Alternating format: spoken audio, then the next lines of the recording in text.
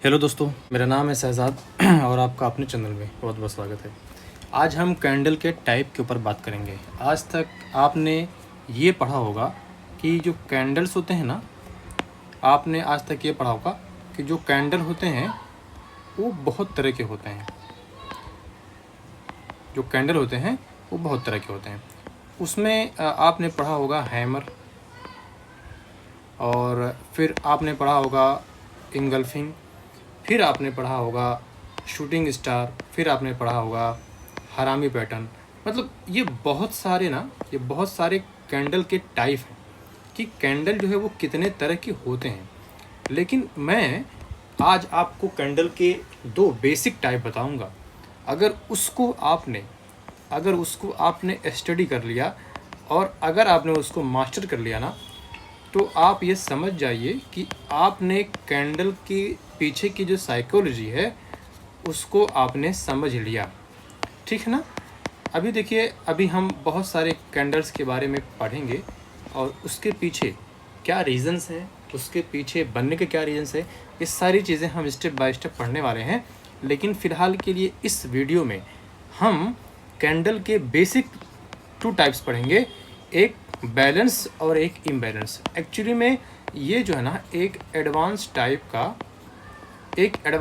का मेरा स्टडी है जिसे मैं कैंडल के बारे में करता हूँ।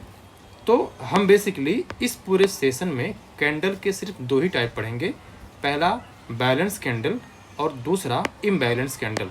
ये जो मैं आपको टाइप पढ़ाने जा रहा हूँ कैंडल का, ये बेसिकली एडवांस स्टडी है, एडवांस थिंकिंग है, एडवांस साइकोलॉजी है और ऑक्शन प्रोसेस का एक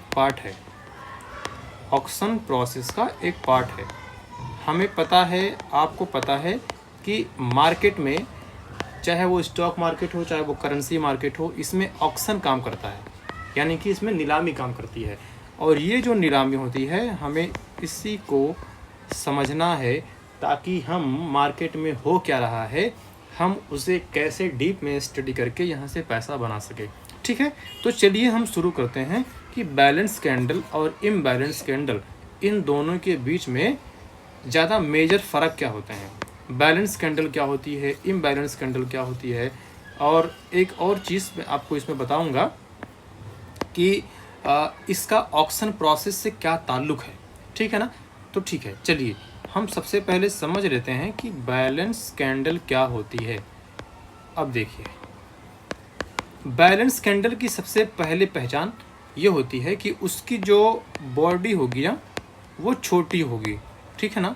जो उसके बिक होंगे वो एवरेज होंगे, ऊपर नीचे, और जो वॉल्यूम होगा ना वो मॉडरेट होगा। ठीक है ना। ये हमारा बैलेंस कैंडल की पहचान है। अच्छा, अब इम्बैलेंस कैंडल की पहचान हम कैसे करेंगे। जो उसकी बॉडी है ना, उसकी बॉडी बड़ी होगी और जो उसका बिक है, बिक या तो होगा या तो नहीं होगा, और अगर होगा तो बहुत छोटा होगा, और जो उसका वॉल्यूम होने वाला है ना वो हाई रहेगा। ये हो गई हमारी इम्बैलेंस कैंडल की पहचान। अच्छा, ये तो हो गई पहचान, ये हो गया हमारा बैलेंस कैंडल और ये हो गया हमारा इम्बैलेंस कैंडल। लेकिन भैया ये बनते कहाँ हैं और इनका काम क्या होता है। देखिए, जहाँ भी जिस भी प्राइस लेवल पर, जहाँ भी या जिस भी प्राइस लेवल पर जो मार्केट है ना, उसमें ऐसे छोटे छोटे कैंडल बने, ऐसे छोटे छोटे कैंडल बने, तो ये समझ जाना कि ये एक बैलेंस कैंडल है। और बैलेंस कैंडल हमेशा बैलेंस एरिया में बनती है, या फिर उसको हम बैलेंस जोन भी कह सकते हैं। और जहाँ भी, और जब प्राइस, अब देखिए इस बैलेंस एरिया में और इस बैलेंस जोन में और इस बैलेंस कैंडल में फ़र्क क्या है। देखिए, समझिए, अच्छे से समझिएगा कि ये जो छोटे छोटे बिक्स और छोटी छोटी बॉडी और एक मॉडरेट वॉल्यूम के साथ में ये बैलेंस कैंडल हमारा बना ना, इसका मतलब ये है कि इस कैंडल में ऑक्शन पास है। क्या है, इस कैंडल में ऑक्शन पास है, यानी कि ये जो हमारी कैंडल बनी है ना, यहाँ पे बायर्स और सेलर्स के बीच में जो एग्रीमेंट हुआ है वो वैलिड है और यहाँ पे ट्रांजैक्शंस हो रहे हैं और यह एक बैलेंस एरिया बन रहा है या फिर यह एक बैलेंस जोन बन रहा है, राइट। इतनी बातें अगर आप समझ गए तो हम इसके थोड़ा सा एक स्टेप आगे चलने की कोशिश करते हैं, ठीक है। चलिए हम आगे बढ़ने की कोशिश करते हैं। देखिए दोबारा समझ लीजिए, ये जो छोटे, अभी मान लीजिए ये हमारा एक ऐसी कैंडल है जिसकी बॉडी छोटी है, स्मॉल है, और इसका जो बिक है वो भी स्मॉल है, और इसके नीचे जो वॉल्यूम है ना वो कैसी है, मॉडरेट है। ये कैसी है, मॉडरेट है। ये हमारी कैसी कैंडल हो गई, ये हमारी हो गई बैलेंस कैंडल। अच्छा, इस बैलेंस कैंडल का मतलब क्या हुआ, मतलब ये हुआ कि इस प्राइस रेंज में, जैसे कि मान लो यहाँ पे प्राइस ओपन हुई, यहाँ से नीचे आई, फिर यहाँ तक गई, फिर यहाँ पे जो सेलर्स हैं वो एग्जॉस्ट होने लगे, बायर एक्टिव होने लगे, फिर प्राइस को ऊपर ले गए और एक सर्टेन लेवल तक गए, फिर वहाँ पे बायर्स कमजोर हुए, प्राइस को नीचे ले और यहाँ पे लकड़ी क्लोज कर दिया।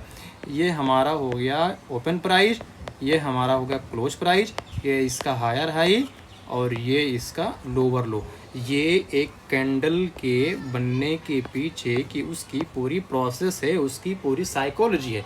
लेकिन मैं इसमें आपको समझाना ये चाहता हूँ कि इस बैलेंस कैंडल का बनने का मतलब ये है कि यहाँ पे बायर्स और सेलर्स के बीच में ना जो एग्रीमेंट है वो वैलिड है, यानी कि यहाँ इस प्राइस लेवल को बायर्स भी और सेलर्स भी दोनों ही वैलिड मान करके यहाँ पे ट्रांजैक्शंस कर रहे हैं और ये एक फेयर वैल्यू है, ये एक बैलेंस एरिया है और यहाँ पे सबसे ज़्यादा ट्रांजैक्शंस हो रहे हैं। कहने का मेरी मतलब ये है, और यहाँ प्राइस एकदम से मतलब बिड आस्क प्राइस पे एक्टिव है और यहाँ पे ट्रांजैक्शंस हो रहे हैं। यहाँ कोई भी इम्बैलेंस नहीं है, यानी कि यहाँ ना तो बायर्स ज़्यादा स्ट्रांग हैं और ना ही सेलर्स ज़्यादा स्ट्रांग है। इसको हम बोलते हैं बैलेंस कैंडल। तो जहाँ भी चार्ट में आपको ऐसे छोटे छोटे बैलेंस कैंडल दिखें, आप समझ जाना कि यहाँ पे बायर्स और यहाँ पे सेलर्स दोनों ही बराबर ताकतवर हैं और ट्रांजैक्शंस कर रहे हैं और ये प्राइस को मार्केट एक्सेप्ट कर रहा है, ना कि रिजेक्ट कर रहा है, ठीक है ना।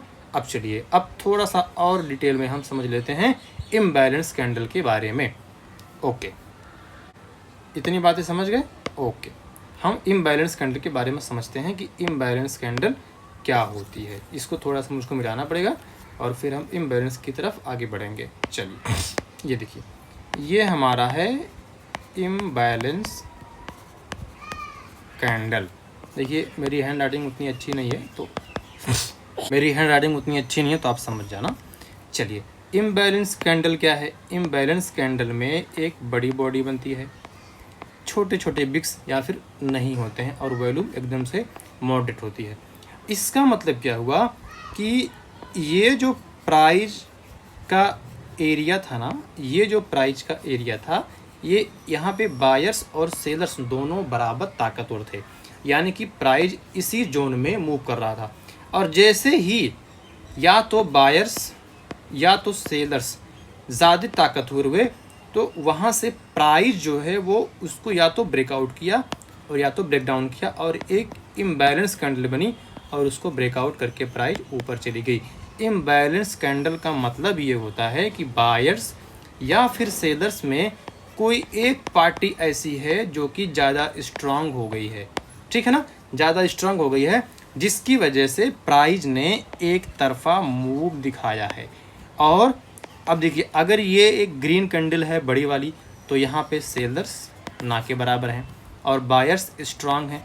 तो ये बायर्स जो है वो स्ट्रांग कैसे हो गए, क्योंकि जब ये फेयर वैल्यू में बायर्स और सेलर्स के बीच में एग्रीमेंट था, जब वो प्राइस को एक दूसरे को एग्री करके ट्रांजैक्शंस कर रहे थे, तो एक टाइम ऐसा आया होगा या तो बायर्स कमज़ोर हुए होंगे या फिर सेलर्स कमज़ोर हुए होंगे और फिर जिस तरफ मार्केट सेंटिमेंट का बहाव रहा होगा उस तरफ प्राइस मूव कर गई होगी एक नए फेयर वैल्यू की तलाश में। तो ये था हमारा बैलेंस कैंडल और इम्बैलेंस कैंडल की पहचान और इसके यूजेज। अब चलिए मैं इसको आपको चार्ट में भी दिखा देता हूँ कि इसे हम चार्ट में कैसे पहचानेंगे।